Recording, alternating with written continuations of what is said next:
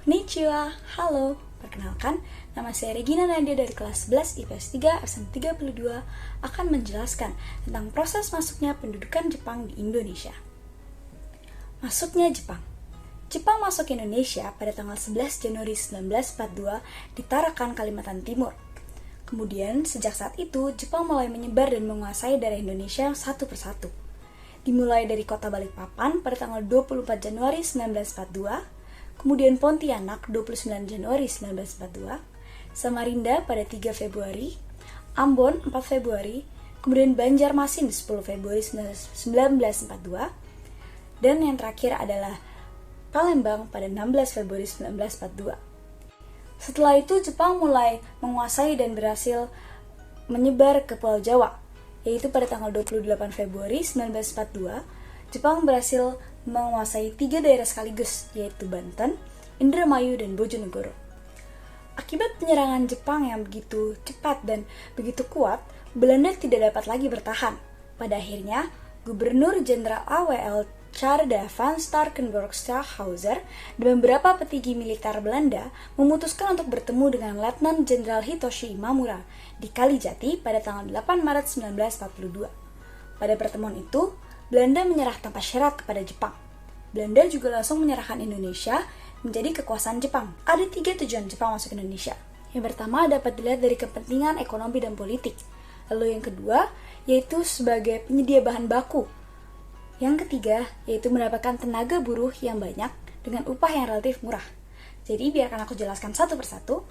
Untuk kepentingan ekonomi dan politik, Jepang sangat menginginkan bahan baku industri yang tersedia banyak di Indonesia untuk kepentingan pengembangan aktivitas ekonominya. Di samping itu, Indonesia juga menjadi daerah pemasaran industri yang strategis bagi Jepang untuk menghadapi persaingan dengan tentara sekutu.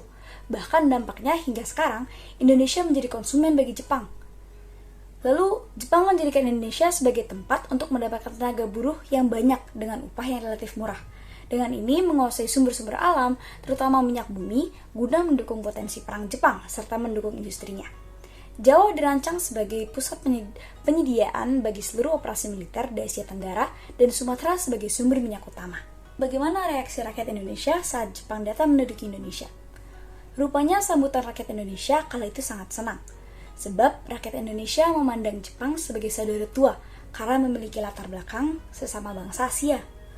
Kemudian rakyat Indonesia juga meyakini bahwa Jepang dapat membebaskan Indonesia dari kekuasaan Belanda yang menjajah selama ratusan tahun. Pemerintah Jepang juga menyebarkan propaganda berupa dukungan kepada rakyat Indonesia untuk merdeka, seperti membenci Belanda atau memperbolehkan berkibarnya bendera merah putih dan mendengarkan lagu Indonesia Raya serta menyanyikannya. Selain itu, Jepang juga menyebarkan suatu propaganda berupa gerakan 3A, yaitu Jepang Pelindung Asia, Jepang Pemimpin Asia, dan Jepang Cahaya Asia. Propaganda ini seolah menekankan bahwa Jepang mendukung Indonesia sebagai sesama bangsa Asia. Secara keseluruhan atau kesimpulan, Jepang memberi janji kemerdekaan kepada Indonesia sehingga menumbuhkan harapan di hati rakyat maupun para tokoh nasional. Padahal Jepang ingin menggunakan rakyat Indonesia yang masuk dalam organisasi semi-militer dan militer untuk ikut berperang melawan Amerika Serikat dan sekutu di tengah perang.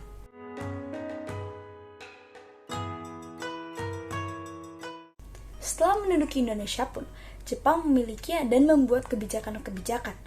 Yang pertama dalam bidang politik. 1. Membagi wilayah militer menjadi 3 bagian, yaitu Sumatera, Jawa Madura, Indonesia Timur. Lalu yang kedua membagi 10 Karisidenan. Ketiga, membentuk Putra atau Pusat Tenaga Rakyat. Dan yang keempat, membentuk Jawa Hokokai. Lalu apa itu Putra dan apa itu Jawa Hokokai?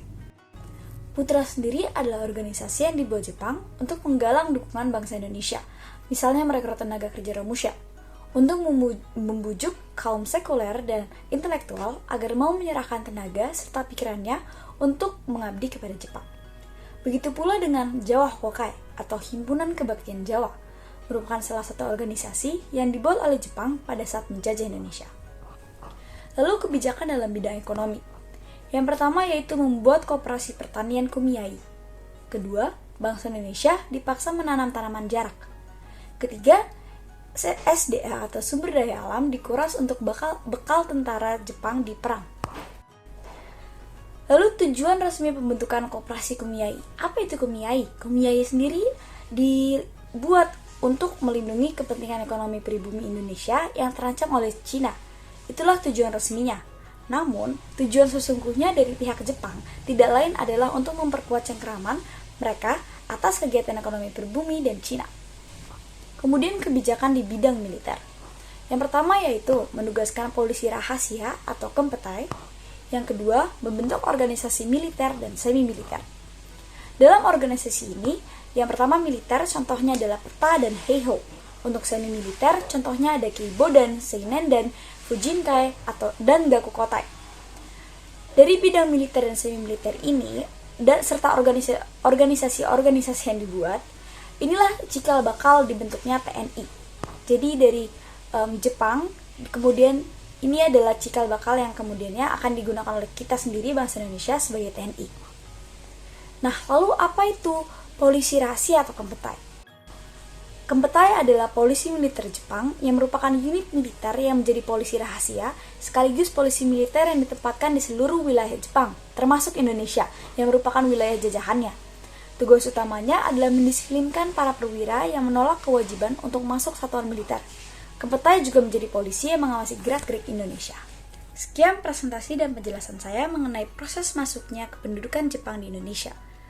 Semoga dengan ini kalian mengetahui proses masuknya, mengapa Jepang masuk atau tujuannya masuk ke Indonesia, kemudian apa reaksi Belanda serta reaksi orang Indonesia saat Jepang mulai masuk ke Indonesia pada tahun 1942, serta kebijakan yang Jepang tetapkan saat mereka masuk ke Indonesia. Selebihnya mohon maaf, gomenasai, arigatou gozaimasu.